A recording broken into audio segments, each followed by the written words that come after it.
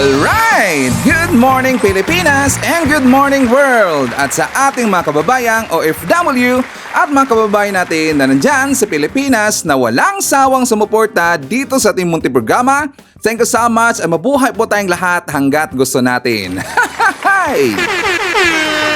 Well, anyways, tuloy-tuloy po tayo sa tagabalita dito ng mga tamang balita at sagutin ang maling information na ipapakalat ng mga fake news spinners, ng mga anti-Marcos, lalong-lalo na doon galing po sa mga fentanyl ng mga vlogger makaabayan.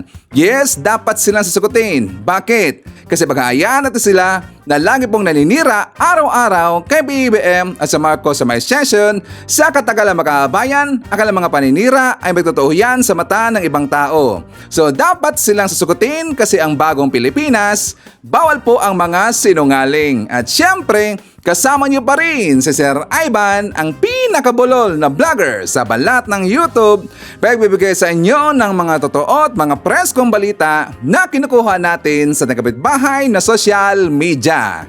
So pagandang buhay sa ating lahat mga kabayan and a happy Saturday sa ating lahat. Okay, so before tayo mag-start mga kabayan, well, syempre, as usual, i-check more natin kung sino yung mga nakapasok sa ating top 5 commenters doon sa ating last vlog. At nandito sa listahan, ang nanguna po, si Ma'am Shane Sibal. Meron siyang 69 na mga comments. Nandiyan po si Lerma Sondita. Meron siyang 43 na mga comments. Robel Ferrer Official. Meron siyang 33 na mga comments. Nandiyan po si Noni Betty. Meron siyang 35 na mga comments. And Ayeng Gimentisa. Meron siyang 34 lahat ng mga comments. Again, thank you so much po sa ating top 5 commenters. At syempre, pasalamatan rin po natin ang ating po mga silent viewer dito sa ating channel. Thank you so much. At syempre, pasalamatan rin po natin ang lahat ng mga viewers na lagi pong nag-like, lagi rin pong nag-shares ng ating mga videos. Thank you so much. And also mga kababayan ko, i-acknowledge po natin ang ating pong mga channel members. Nandyan si Pusong Inami, Barbara Butler, Marquez, Katita Dar, Cosmo Defender, Susan Torres, Eva Punsalan, Edmond Casallejo, Samuel Membrado, and Via Bibar. I-greet natin pong mga early birds, ating pong mga suki at lagi pong naunguna sa pag-comment sa baba sa ating comment section. Nandyan sila si Maricruz Hernandez, Len Gonzalez, Maria Midasiplon, Noni Betty, Flaviana Abila, nandyan rin po si Nonor Floren Hills, Reds Sign, Ralis Carlinga, Len Dalim, Len Evans, nandyan rin po si Emmy Mapalad, Sarah Bertman Vlog, Lolita Lopez, and hi to Ernesto Sidilia. Okay, so kumusta ang lahat mga kabayan? How are you today? Well, of course, I'm hoping po na sana magandang ating gising ng umaga at meron tayong very energetic po na aura katulad po kay Sir Ivan. Siyempre, as usual, doon po sa ating kababayan po na gising pa lang at wala pang energy. Don't worry, painin ko po kagad inyong mga umaga kasi marami po mga baon po na mapasabog sa Sir Ivan. Marami itong mga baon po ng mga balita na kung saan pwede natin pong i-debunk yung mga fake news na mga ipinapakalat ng kabilang kampo. Dapat i-debunk po yung mga katardaduhan na ginawa ng kabilang kampo at siyempre, huwag din kalimutan, dapat silang kakurtin araw-araw kasi sila po ay salot ng lipunan. Good morning, Pilipinas! Okay, so today is Saturday, no? Ang bilis ng araw. Kahapon, Friday. Mga siguro ilang oras po ang lumiwas makabayan. Saturday na, no? Ang bilis talaga eh. Bukas, Sunday na po. Saka it's a weekend makabayan. So, doon po sa mga kababayan po na may planong mag-getaway. Getaway bang tawag diyan? O yung magbakasyon makabayan sa ibang lugar para po makapag-relax. So, take care ho tayo. Kapag nandyan tayo sa daanan natin, mag-drive ho tayo. So, please take care kasi kasama po natin ating pamilya makabayan. Okay? So, happy weekend po sa lahat. Anyways, ang dami pong nangyari makabayan. I am sure na kayo pong lahat ay aware po. Aside po doon sa pagtantrum na naman po, ito pong si Sarah, nagtantrum, nagdrama, may siyang follow-up po na open letter para po batikusin ating kababayan pong mga nandyan po sa gobyerno, mga yung nasa po sa Marcos administration at saka yung CPBM. Kasi meron siyang comment makahabayan ko na kung saan ngayon ko ito napansin. Well, actually, itong comment na to, that is 2 days yata yon or day ago, na yung kasama po, sasabi niya, di ba, we the Filipinos, ang Pilipino daw, we deserve better. doon po sa isa po sa kanyang paragraph, meron tayong hindi napansin doon na kung saan pinatamaan niya pala si PBBM mga kababayan. Yes, meron po. So pag-usapan natin yan mamaya. And also pag-usapan rin po natin, ito pong si Bato, kasi si Bato, nang-akusa siya na ito pong si Speaker Martin Romualdez at saka si Representative Ko Makabayan, inakusahan niya na yung mga witness daw sa EJK, yung mga kapulisan natin, either active man o retired na, kinumbinsin niya yung mga witness na mag-witness po against doon sa mga Duterte at saka included po itong si Bato de la Rosa. At meron dang offer mga kabayan. Mag-offer daw yung Kamara kapag itong general na binanggit nila na isang witness against po sa kabilang kampo, yung mga suspect po sa AJK, offeran sila ng posisyon mga kabayan. So mamaya pag-usapan natin yan. And also pag-usapan rin po natin, kasi nga si Sara Makahaban ko, I think nabasa niyo na po ito. At saka dito po sa comment po ng ating viewer, I'm sure nga ito po ay isang haters Makahabayan. At saka baka bago rin po dito sa ating channel. Sabi niya kasi, di ba meron akong ipinakita po dito na survey Makahabayan, yung sa Okta Research, at nakita po natin, tumaas ang survey rating. Kaya lang ito po ay binatikos po ng ating haters Makahabayan. So ito yung kanyang pangalan, si Maria Acena Emro. I'm not sure, hindi ko masyadong mabasa ang kanyang pangalan Makahabayan. Sabi niya, nag-message sa iyo si Ahas, magkano kamo? Inakusahan niya si Sir Ivan, binayaran na tayo ni FL Lisa Makabayan. 'Di ba ang lagi ng term na ginagamit kapag ahas, 'di ba si FL Lisa? So inakusahan niya si Sir Ivan, bayaran daw tayo Makabayan. Ito lang sinisiguro ko sa inyo mga haters. Alam ho yan ng ating Panginoon na hindi po bayad si Sir Ivan.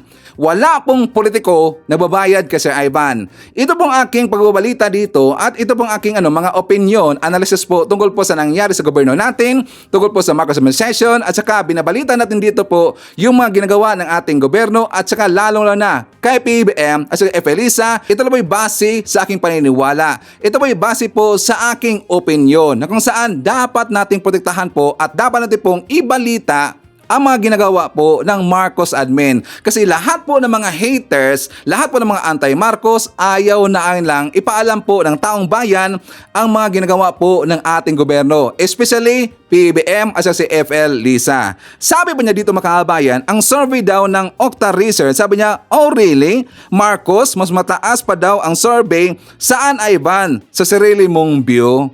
So ito pong haters natin, hindi nila alam na or hindi pala nakita na yun po'y galing po sa Okta Research. So yung Okta Research, alam nyo po na yan po'y laging ginagamit po ni Badong Makabayan. Napansin ba natin sa mga viewers po ni Badong na lagi niyang ginagamit po yung Okta Research, yung SWS, hindi siya masyado gumagamit po sa Publicos kasi alam niya, kalyado nila po yung Publicos. So kapag gagamitin po yung survey ng Publicos, siya po ay babatikusin Makabayan. So dahil po mataas ang survey rating po ng Okta Research ni PBBM, abay hindi po sumang-ayon ito sa kanilang gusto makabayan, ngayon ay lang paniwalaan at lagi lang tinatawag po na nabayaran na daw yung Okta Research. So kung maalala natin, di ba yung Okta Research noon na magpalabas po, I think that is months ago yata yon or 2 months ago makabayan, na hindi pa masyado ganun po kataas ang survey rating ni PBBM. Di ba lagi po lang ginagamit at lagi lang pinipraise po yung Okta Research. Pero ano nangyari ngayon? Kina-question na po lang makabayan. Ano daw ang nangyari sa Okta Research?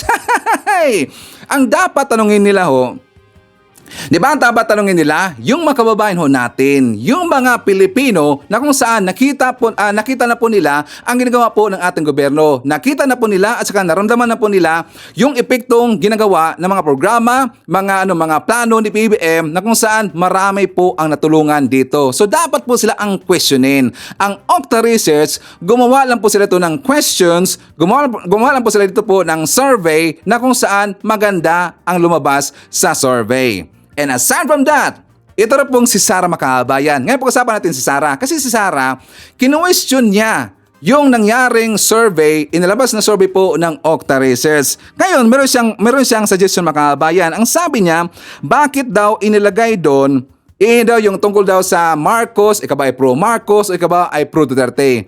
Ang gusto niyang ilagay doon, na ikaw ba ay pro-Pilipinas Makabayan, gusto niyang papalitan. Bakit naman siya mareklamo dito? Bakit naman siya ang bibigay dito ng mandato o request po sa nagumawa po ng survey, samantalang hindi naman siya yung may-ari po ng survey firm mga kababayan. Ang dapat gawin dyan, gusto niya pala nagawa po ng survey, dapat yung makalyado nila, or dapat siya po nito ang gagawa po ng survey o gagawa po ng kumpanya, maging survey firm, para malaya siyang makapagtanong po sa taong bayan. Gusto niyang susulan po yung ukta mga kababayan. Gusto niya i-request po na ikaw ba ay pro Marcos or pro Pilipinas. Bakit niya ginawa yan? Kasi kapag pro Marcos versus pro Duterte, alam po niya na tumagalid na ngayon yung pro Duterte mga kababayan. Diba tumagalid na ho ngayon? Kaya nga unti-unti na ngayon naglagasan na po ang kanilang grupo mga kababayan. Kaya ang ginawa niya, ang gusto niya, ikaw ba ay pro Marcos or pro Pilipinas? Ayaw nang ilagay po ang pro Duterte kasi ang pro Duterte hugaw na po sa mata ng taong bayan. Ano ba yung, alam niyo ba yung hugaw mga kababayan? Yung pangit na, yung hindi na maganda tingnan, yung pangalan po na Duterte. So sabi niya, nakakagulat lang kasi ngayon lang ako nakita ng survey na ang tanong ay pro Marcos ka ba o pro Duterte ka ba? Diba doon pa naman yan ginagawa mga kababayan? Ilang taon na ba ginawa ho yan ng SWS? I think that is also last year if not mistaken. Mga pang-4 na ba or pang-5 na ba ginawa ho yan ng SWS? Tapos ngayon na siya nagreklamo mga kababayan. Bakit? Kasi nung time po sa pang-pangatlo, 1, 2, 3 po ng mga survey po ng SWS, kaya ba ay pro Marcos or pro Duterte, hindi kasi kahit one time, hindi kasi lumamang po ang survey ng pro Duterte versus sa pro Marcos mga kababayan. Kaya ngayon, nag-react na po itong si Sara Duterte. Sabi pa niya, talagang gagastos ka ng pera para tanungin ang mga tao kung pro Marcos ka o pro Duterte. Dapat siguro nilagay doon, pro Pilipinas ka ba? I'm sure lahat yon lilipat doon sa pro Pilipinas. Ayaw niya nang makigumpetensya mga kababayan. Instead po na pro Duterte, dapat daw pro Pilipinas. Ay, gonggong talaga eh. Bakit? Maki-pro Pilipinas ka ba? Diba ikaw ay pro China? Nakakahiya naman. Nakakaya po ang kanyang request mga kababayan. Dapat daw ikaw ba ay pro Pilipinas? Samantalang siya po ay pro China. Kailan ba siya naging pro Pilipinas mga kababayan? Kailan ba niya kinundi na yung issue po ng SWS? Hanggang ngayon, wala pa rin po siyang mga comment kahit konti dito po sa pagharas po ng mga Chinese Coast Guard, yung China, dyan po sa West Philippine Sea. Bakit ayaw niya magsalita? Hanggang ngayon, no comment pa rin po. Tas ngayon, may gana siyang sasabihin po or yung mandato, yung ma-request doon sa gumawa po ng survey mga kababayan. Ikaw ba ay pro Marcos or pro Pilipinas? So I'm very sure, wala ka doon. Kasi ikaw po ay hindi pro Pilipinas. Ikaw po ay pro China. Correct or I'm wrong? Ngayon mga kababayan ko, ipakita ko sa inyo. Ito po yung sinabi, not the other day, I think this 2 days ago, di ba naalala ho natin, babasahin na po natin para ma-recap natin mga kababayan. Sabi niya, leadership is faithfulness to the oath of office. Leadership is faithful service to the people. Leaders should only say one thing, that it is done. Leaders should not be motivated by cash. Alam, di ba? Kasi alam ko po, ang kanyang pinatutugulan dito, gusto niyang tirahin po si PBBM. Gusto niya dito pong sisiraan si PBBM. Kasi ayon sa kanya, ito sa aking pong base, sa aking analysis mga kababayan. Mga haters, base ko po ito sa aking opinion. Sabi niya, leaders should not be motivated by cash. Hindi ba to magre-reflect sa kanya mga kababayan? Di ba na makaklaro naman, leaders should not be motivated by cash. Naalala ba natin? Nag-request siya ng 100 billion pesos nung siya pa ay isang Defense Secretary mga kababayan. Naalala ba natin? Nag-request siya ng 100 billion pesos para daw ayusin niya yung problema sa DepEd mga kababayan. Ngayon, nung hindi po siya pinagbigyan po ng Kamara ng ating gobyerno na bibigyan siya ng ganun po kalaki na budget, 100 billion pesos, so siya po ito ay nagtantrum. Wala na siyang gana po na magtrabaho mga kababayan, kaya hindi siya naging motivated. Di ba? Sakto ba ito ang analysis mga kababayan? Hindi siya naging motivated. Bakit? Kasi wala pong cash eh. 100 billion pesos, bibigyan ka, na alam naman natin at alam po ng gobyerno, ikaw po ay pro-China. At saka alam rin po ng gobyerno natin na wala kang kakayahan na ayusin mo yung isang ahensya. Kasi ikaw po ay incompetent. Hindi ho yan galing sa taong bayan. Galing ho yan sa report po na inalabas po yung sa government makabayan. Nakalimutan ko yung name EDCOM. Yung EDCOM nga pala, di ba mismo po yung EDCOM nagpalabas niyan na siya po ay incompetent. Kasi wala po siyang naitulong, wala po siya dito pong nabigay po na solusyon para po masolusyonan po yung issue sa DepEd makabayan. Bakit? Nakabase lang kasi siya at saka nakaasa lang kasi siya sa kanyang mga assistant, undersecretary at saka yung assistant secretary. 'Di ba? Kahit doon po sa mga hearing nangyari diyan sa Kamara, either sa Senado, lagi siyang umaasa sa kanyang mga sekretary. Bakit? Kasi wala siyang alam, nakafocus kasi siya sa pamulitika lang. Tapos bibigyan ka ng 100 billion pesos. Instead, na kanyang sasagutin po yung issue na yan, lagi siyang sumisigwi makabayan. Lagi siyang napupunta doon sa iba't ibang lugar. Lagi siyang napupunta doon kung mayroong patay yung mga kasundaluhan natin. Doon lang siya lagi. Bakit? Umiiska po siya sa mga tanong po ng mga reporters. Umiiska po siya sa mga tanong po ng mga mababatas natin. Kaya nga siya po ay incompetent at hindi po dapat magiging leader natin makabayan. At wala siyang kakayahan po na maging leader. Dito na po sa isa po niyang sinabi makabayan, sabi niya, kung basahin mo lang yung GAA or GAA at i-trace mo kung saan na pumunta yung pera, makikita mo na hindi maayos yung pag-handle ng pera ng budget ng gobyerno. Abay siya pa may gana magsabi makabayan, hindi daw maayos yung pag-handle ng pera ng budget ng gobyerno. So isa yan sa yung mga rason. Ang daming pwedeng maibato dito sa kanya makabayan. Ang dami po. Diyan pa lang po sa 105 million pesos na confidential funds, na-explain ba niya makabayan? Doon pa lang po, simplang na talaga. At doon rin po sa issue po ng ghost students, na-explain ba niya? Diba? Sino ba nag-explain doon? Yung kanyang sekretary lang po. Pero itong si Sara, hindi po siya explain makabayan. Bakit? Kasi wala siyang alam. Nakakatawa naman. Alam niyo po, panawagan dito sa mga writers, alam ko po, sa mga writers ni Sara, huwag yun naman pong ipahiya. Nakahiya Dapat yung gumawa kayo ng mga open letter, sisiguraduhin ninyo na hindi po ito mababaliktad itong si Sara Duterte. Kaya sirang-sira na nga, mas lalo pang nalugmok sa kahiyan makabayan. So dapat nga itong mga writers niya, dapat ito'y sisantihin na. Sara Duterte, dapat yung mga writers mo, pagsabihan mo yan. Dapat hahasain mo pa. Dapat magtanong po kasi Ivan. Joke lang. Or dapat inyong sasandahin kasi walang kwenta yan Gumawa naman po ng open letter, dapat hindi po yung mabutasan lagi. Second, dito rin po sa kanyang bagong open letter makabayan, ang daming butas dito. Di ba sinabi niya sa kanyang open letter, pinaparinggan niya kasi yung tungkol po sa flood projects, yung flood control projects makabayan. Kasi sabi niya, according po sa kanyang sa kanyang experience doon po sa Davao makabayan, na 2 times daw nakaproblema ang kanilang bahay dahil daw sa flood makabayan, dahil daw sa baha. So ang mga kagamitan lang sa loob po ng kanilang bahay nasira. Milyones po yung halaga, nasira po ang kanilang mga gamit makabayan. At saka nung nakita niya daw, after po sa baha, ang dami daw mga putik. So sabi niya, 2 times nangyari ang baha sa kanila sa Davao. Pero hindi daw natugunan ng ating gobyerno makabayan. So ngayon, ipinagyayabang niya. Ginbrought up niya yung plano ng PRRD administration, yung flood control master plan makabayan. Ipinalandakan niya, ipinagmayabang niya na ayon po dito sa kanyang sinabi, kaya nga sabi niya, kaya nga mayroong nagawa ang PRRD administration sa flood planning na simulan noong September 2016 at na-publish noong Hulyo 2023 ang master plan and feasibility study for flood control and drainage para sa Davao City. Meron na pala, tika lang, dapat tanungin natin meron na palang nagawa ang master plan ang PRRD administration, pero bakit hindi po nila in-execute makabayan? Bakit hindi nila in-implement? Dahil daw sa pera? Dahil daw hindi sa binigyan nito ng pera makabayan, wala dang budget? Isaan pala napunta yung billions na budget? Doon, di ba, meron pong 11,000 po na flood control na gawa po si Digong makabayan. Yes, mga haters, 11,000 yan. 11,000 plus ang nagawa po na flood control po ni Digong. Malaki ang budget niyan.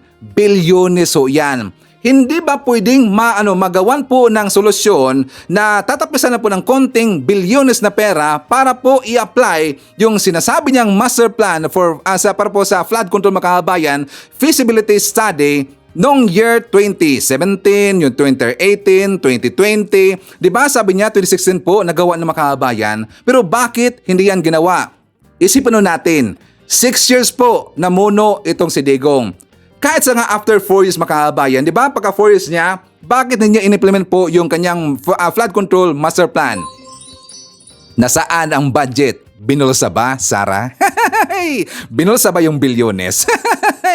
Meron na pala Meron na silang master plan makahabayan, ipinagmayabang pa nga Bakit hindi in-execute? Bakit hanggang ngayon hindi pa rin po nasolusyonan yung baha dyan sa Davao City? Hanggang ngayon. Tapos ngayon sinisisi nyo ang Marcos admin. Ang Marcos administration, si PBBM 2 years pa lang po diyang namuno bilang presidente. Pero itong si Digong, natapos niya ang kanyang termino. Nasolusyonan ba yung baha hanggang ngayon? Tapos ngayon, tinatago nyo lang pala yung master plan. Hanggang tago lang, hanggang ngaw-ngaw lang, hanggang plano lang kayo. Tapos ngayon, pinapikitan nyo na, nandiyan na daw, already na daw, or na-publish na 2023.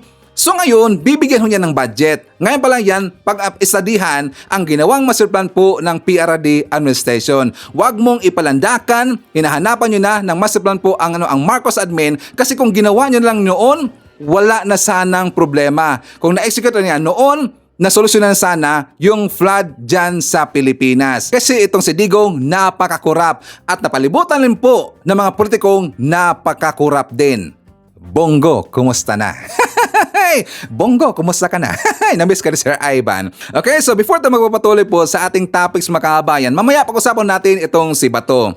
But before that, isatabar natin. Nandyan po si Panting, Jubito Garcia, Lorito Kalimlim Jr., Yolanda Ohashi, Jovi Montero. Nandyan po si Masking Digma, Antonio Perez, Lerma Sondita, Noel Narcida, May Santos, Gemma Camarines, Simply Tess, and hi to Gloria Marquez and Rose Guevara.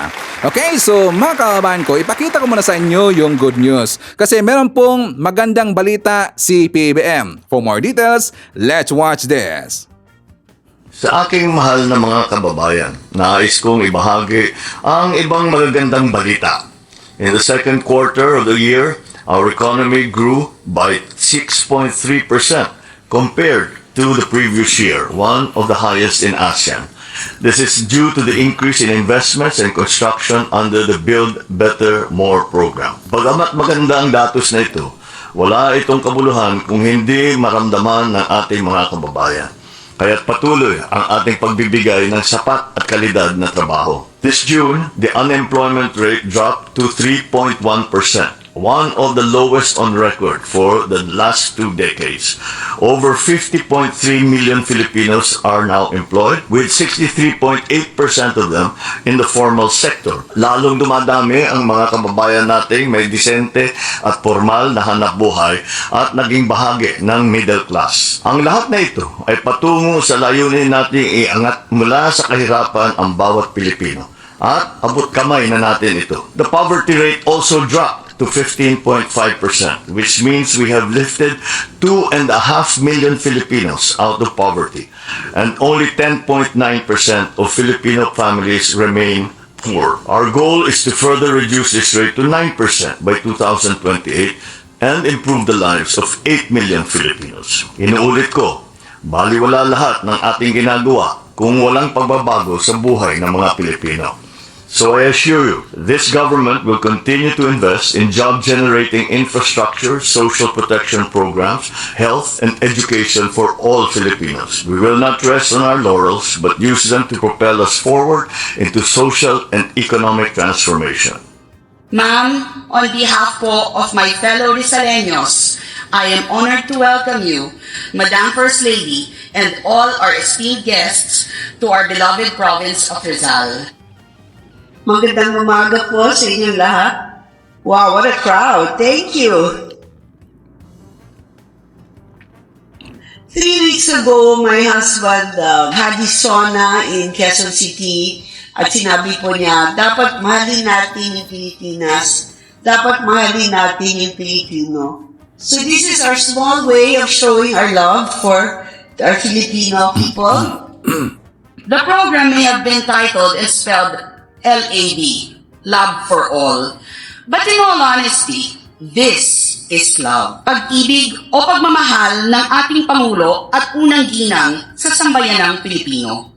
Higit sa lahat, taus-puso po kaming nagpapasalamat sa ating minamahal na Presidente, Ferdinand Bongbong Marcos Jr., sa kanyang hangaring magkaroon ang Rizal ng mas malusog at patuloy na umuunlad na pamayanan through this Love for All program. So our team will be here today to assist, I think, 1,500 more patients. We hope you're able to benefit from this. Thank you for letting us be of service to you. Sama-sama tayo, babangon muli para sa bagong Pilipinas. Ayan, so palakpakan naman natin si PBM at si Felisa Makabayan. Ganyan ba yung bangag na leader? Ganyan ba yung weak na leader? Diba lagi lang kinukutsa Makabayan, lagi lang sinisiraan, lagi lang pinasabihan na bangag daw lagi si PBM, addict daw sa white substance powdery daw o white powdery substance Makabayan. Tsaka si Felisa, lagi daw lango sa alcohol Makabayan. Ganyan ba yung mga lango sa mga sinasabi ninyo? Ganyan ba yung leader na walang ginagawa? Alam nyo po, yung mga sinasabi niyo, imahinasyon nyo lang yan. Normal naman po sa isang taong uminom po ng champagne. Di ba meron pong sinabi yan si Sara Makabayan? At bago kasi natin po makalimutan, di ba sinabi niya na leaders should not be motivated by cash, cocaine, or champagne daw Makabayan. And most certainly, leaders should not be made to hold champagne glasses. Sa kanyang life po Makabayan, sa kanyang buhay, hindi ba siya nakainom po ng champagne itong si Sara? What do you think? Kahit minsan ba, hindi ba nakainom po ng champagne itong si Digong, itong si Sara, ang kanilang mga alapores ng mga politiko? Kahit one time, hindi ba sila nakainom po ng champagne Makabayan? Tapos pinaparinggan nila si Felisa. Alam ko po sino po ang kanyang pinaparinggan. Si Felisa ho yan. At saka si PBM. Kasi naniniwala siya sa mga paninira po ng kalamang alipures ngayon. Doon po sinabi po ni Morales. Doon po sinabi po ni Hitad, ni Cathy Binag. Siya nga pala, kumusta si Cathy Binag? Mukhang yatang lalaos kagad Makabayan eh. Doon po kay Cathy Binag at saka marami ang iba. Nagsasabi na gumagamit daw ng cocaine itong si PBM. Naniwala siya. Gunggong talaga eh. Diba? So naging self-proclaim siya ngayon na oposisyon Makabayan. So nga sabi pa nga nila sabi ng kabilang kampo, lumipad na daw yung Agila. Agila is free Makabayan. Nagbunye sila na ito daw si Sara free na daw. So naging finally, naging oposisyon na Makabayan. At saka tinitira na dito si PBM, pati po yung ating gobyerno. Ngayon, ito pong si Zoraida, ito pong si Trixie Makabayan, inuto niya ang kanyang mga followers na ito na daw yung turning point. Nagbunyi sila. Kasi sinabihan daw ni Sara itong si PBM na dahil daw ang leader natin hindi na daw kayang gampanan ang kanyang trabaho Makabayan, nandyan daw, handang-handa daw itong si Sara na papalit sa kanya. Siya na daw ngayon ang mag-command Makabayan. For more details, let's watch this. Sabi ni VP Inday, hindi na natin kayang intayin na matuto itong taong ito maging presidente. Ang dami ng mali, ang dami ng sablay. Hindi na rin ma-afford ng bayan. Tignan ninyo, nung una may halo pang kayabangan, sabi ni VP Inday, kung hindi nito kaya, ako na. So, yun, kumbaga, for all of us, dahilan nito para magdiwang. Kasi tumindig na at tumitindig na si VP Inday. Di ba kahit ano na mangyari, kailangan niyang tumindig, magsalita. Ituro niya kung paano maging commander, paano mag-lead. Kasi itong naatasan natin, itong naboto natin na mag-lead, bukod sa hindi marunong, super sablay. Ito po ay turning point. Hindi lang po para sa ating mga nasa maisog, hindi lang po para sa ating mga DDS, para sa buong bansa. Gusto man o hindi ng ibang tao dyan, she will rise to the occasion. Para sa akin, well, so grateful, kumbaga. Oh my gosh, andito na siya. Parang na kumbaga, we were waiting And hindi po kami nabigo sa pag-iintay natin. Andito na talaga at may dala-dala ang branding ng Duterte. Dala-dala ang branding ng Duterte. Gusto nila na maging presidente na itong si Sara Makabayan. Kasi hindi ko lang tinapos, hindi ko lang binuo lahat yung kanyang sinabi. Gusto na talaga nila na maging presidente itong si Sara.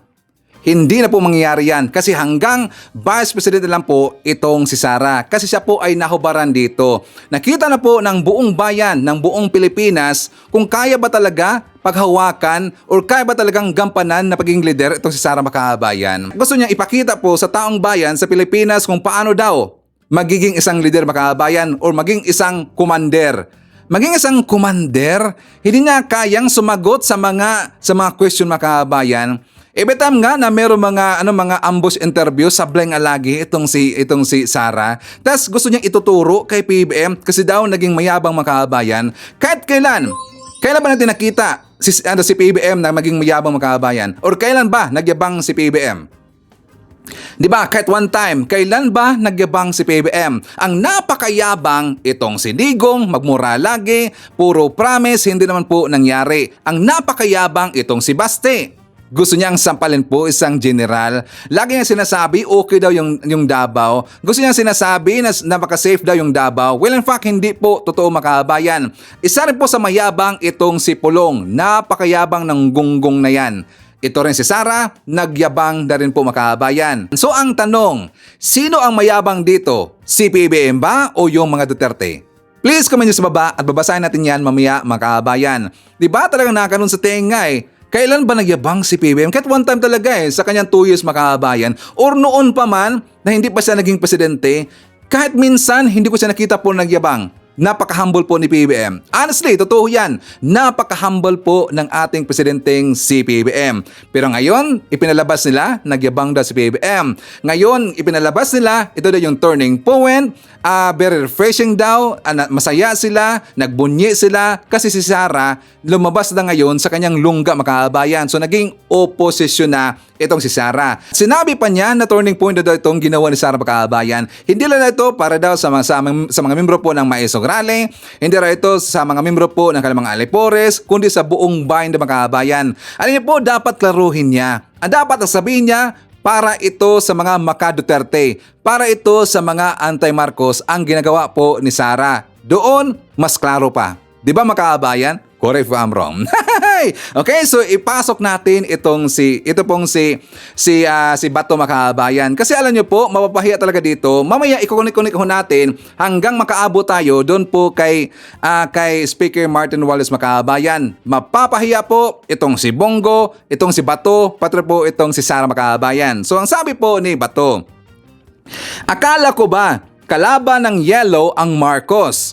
O bakit sila ngayon nagsama-sama na? Para gibain si Duterte? Very clear ang motibo. Sisirain na Duterte para wala na silang kalaban pagdating sa 2028 elections. Yun ang lalabas na klaro na hindi tayo magpapa-cute-cute dito. Ano pa ba? Ano pa ba ang iba pang dahilan? So ngayon, nagbasa-basa ako doon sa mga comment ng Makabayan. Sabi doon ng mga DDS, yung mga anti-Marcos, na yung mga dilawan ngayon, mga pinklawan, naging pro-Marcos na Makabayan. Pro-Marcos na daw. Okay, so iklaro ho natin.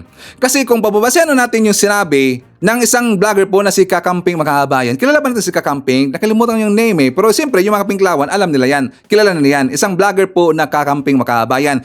In-explain na ho niya yan noon.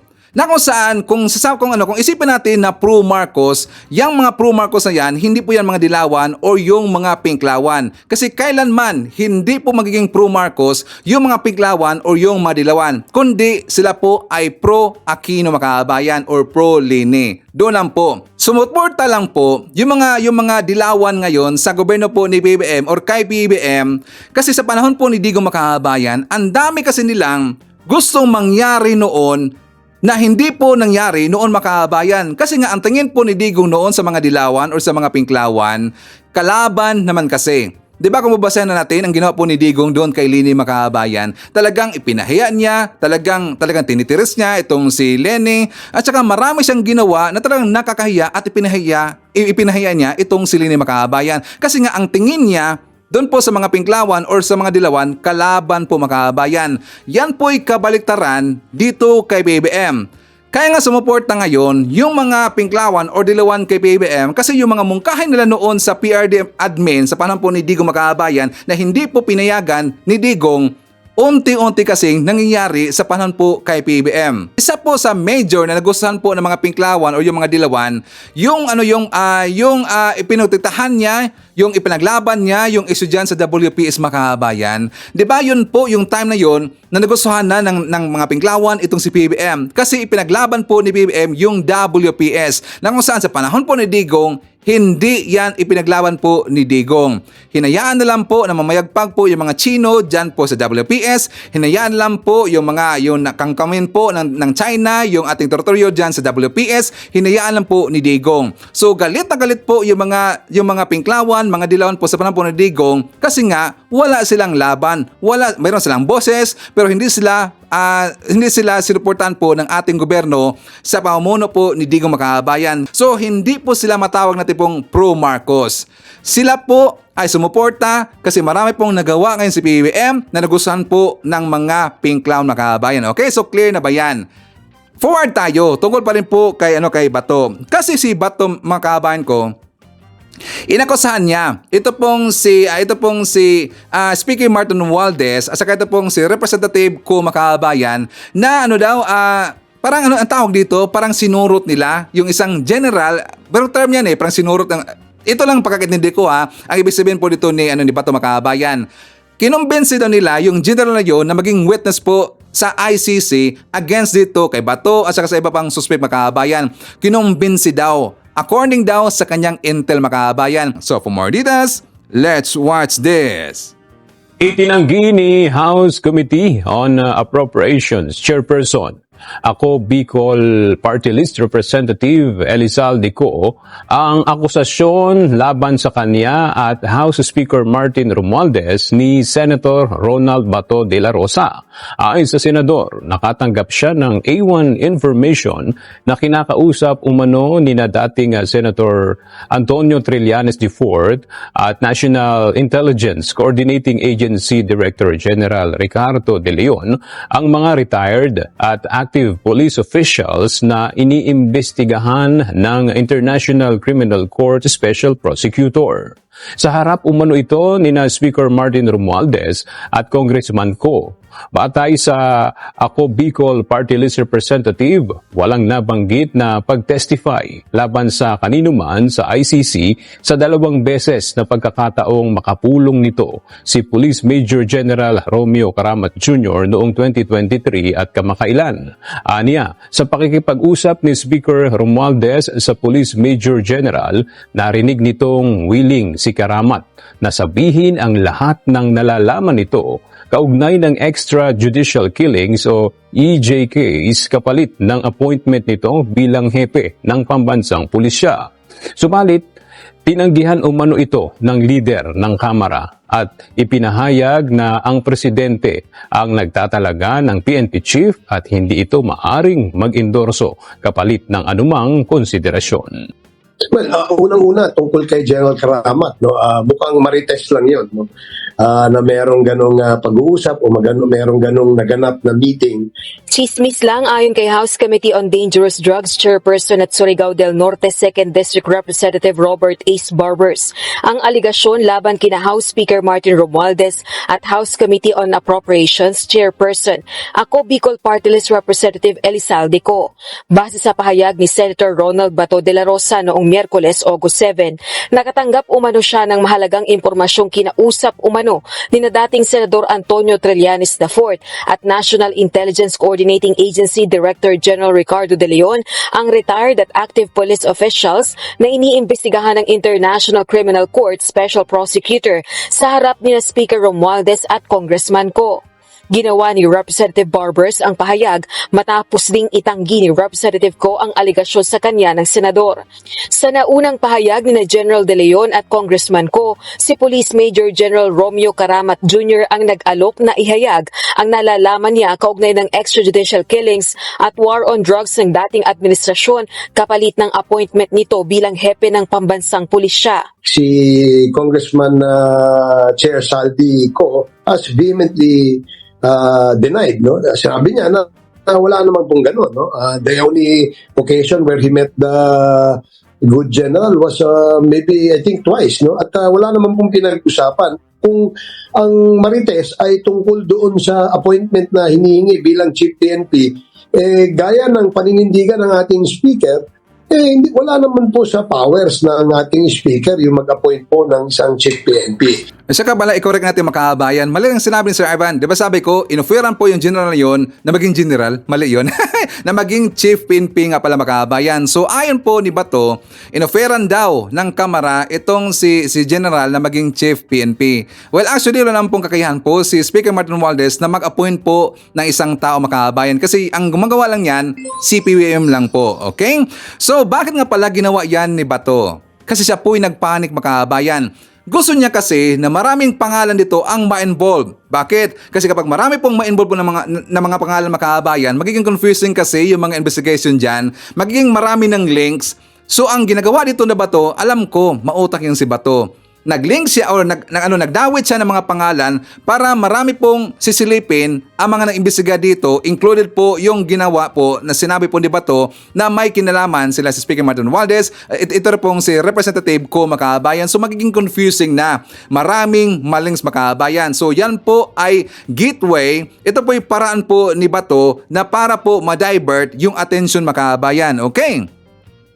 So ngayon, ito pong si Speaker Martin Romualdez kasi siya po ay inukasan makabayan. Kung malalaho natin, 'di ba, during po sa Senate hearing, doon po nung ginisa po ni Bato, ginisa po ni Bongo, yung si Chief Marbel at saka si Tory makabayan. Kasi nga doon po sa pagbawas ni Marbel ng tauhan po, ng security po ni Sara makabayan. Di ba ni-remind siya ni Bongo na I would like just to remind the PNP na dahil po sa kanya dahil daw kay PRRD, na doble ang kanilang sweldo makabayan. Nalaban natin yan. Di ba talagang gunggong to si Bongo makabayan. Alam ko po bakit na ginawa yan. Bakit po dinoble po yung sweldo ng kapulisan noon sa panahon po ni Digong makabayan. Bakit? Kasi alam po ni Digong, in the future, magkakaroon kasi dito po ng utang na loob yung mga pulis makabayan. So yun kasi ang maiisip po ng pulis. Kung hindi dahil po kay Digong, hindi po madodoble ang kanilang sweldo.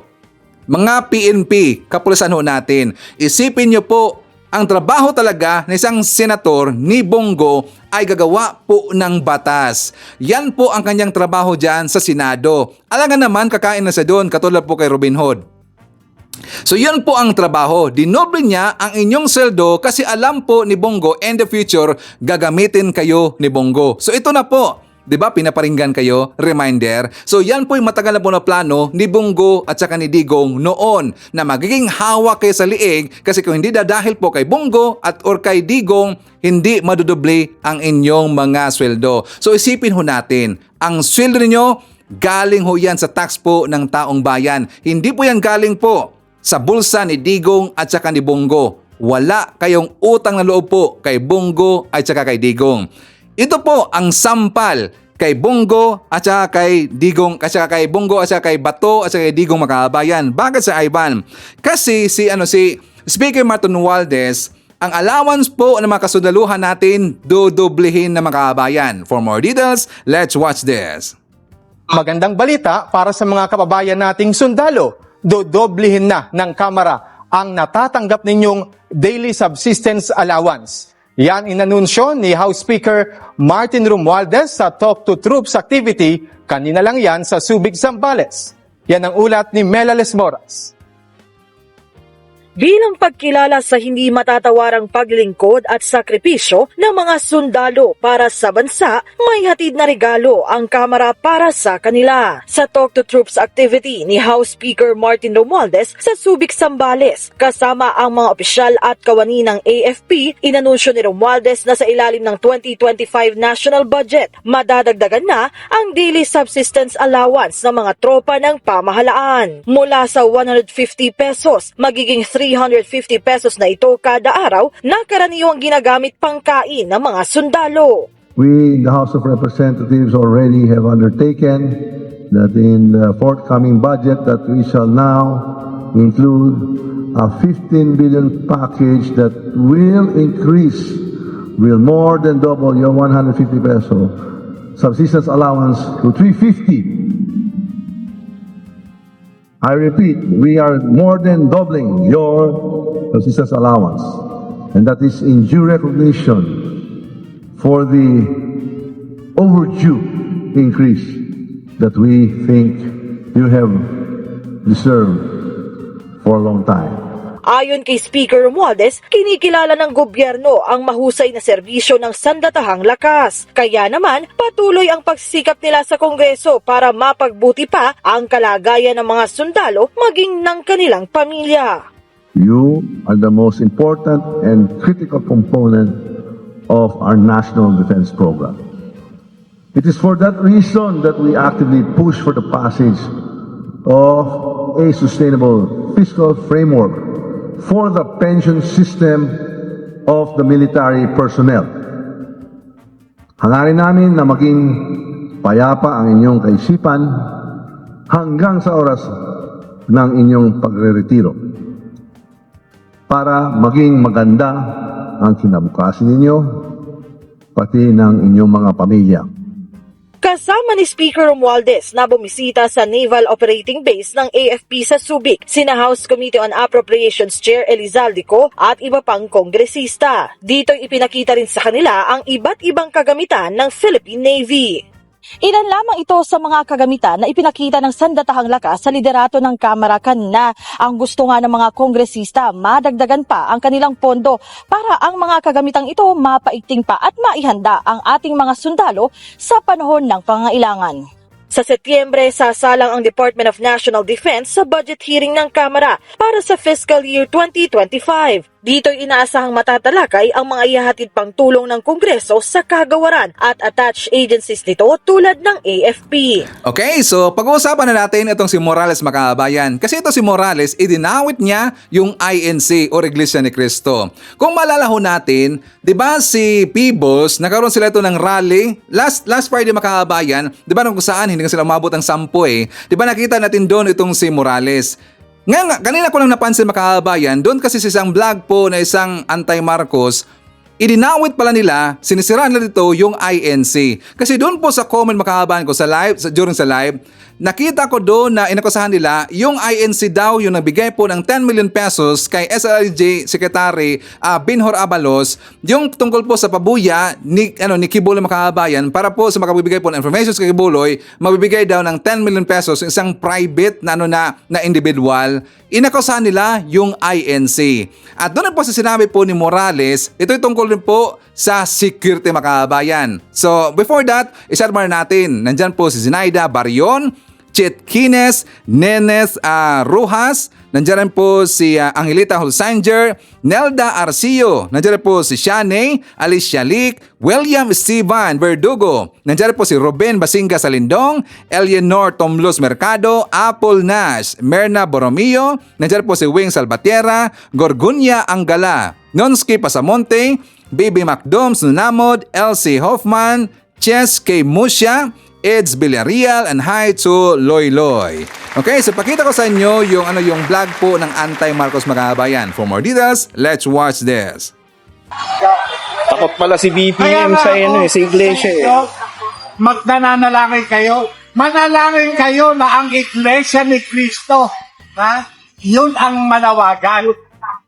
Kasi kapakanan din ng kanilang miyembro bilang mga Pilipino. Kapakanan. Dahil takot ang politiko dyan. takot sila dyan. Sir, ibig niyo sabihin ng kaya lang ni BBM, KOJC lang, ganon? Oh, at si Bibi Sara.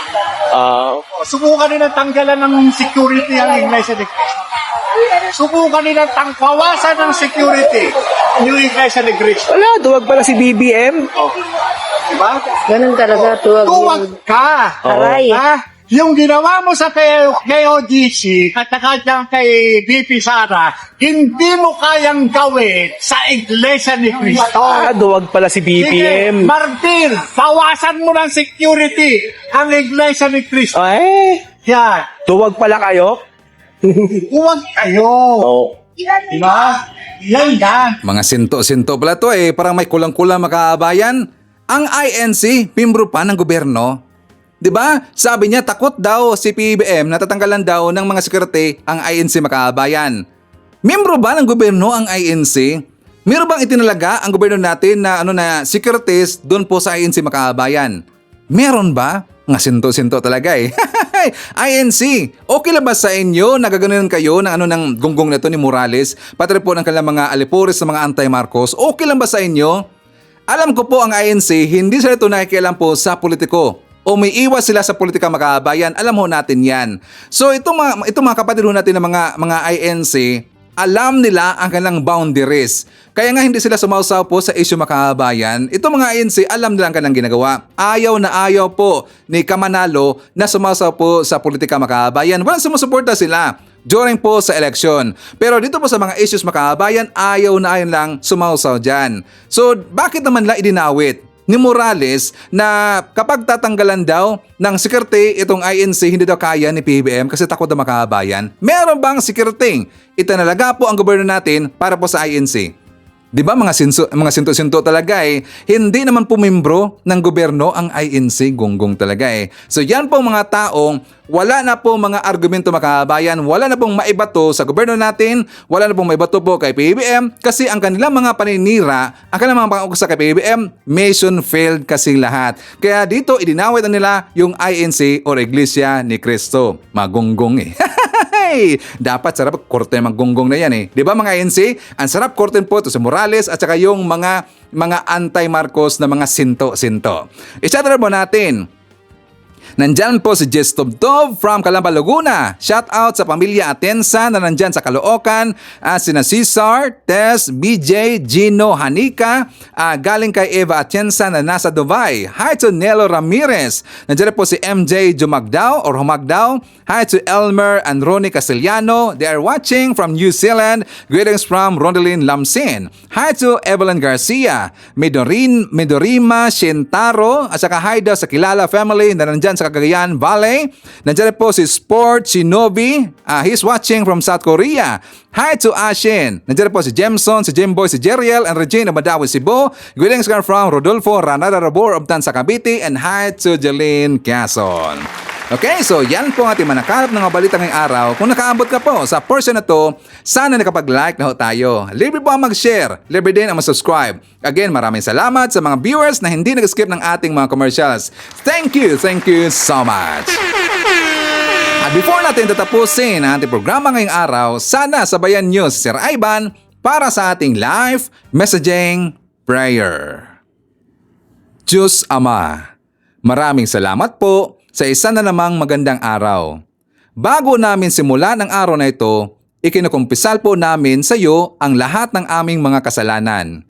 Pakiusap, patawarin mo po kami at linisin kami. Panginoon, mula ngayon, pinipili naming huwag mag-alala tungkol sa mga bagay na hindi namin kontrolado. Ipinagkatiwala namin ang lahat sa iyong mga kamay dahil hindi kami makakaasa sa aming sariling lakas. Pakiusap, pangunahan mo po kami. Sa pangalan ng ating Panginoong Jesucristo, Amen. So maraming salamat mga kabayan, and I hope to see you again on my next video.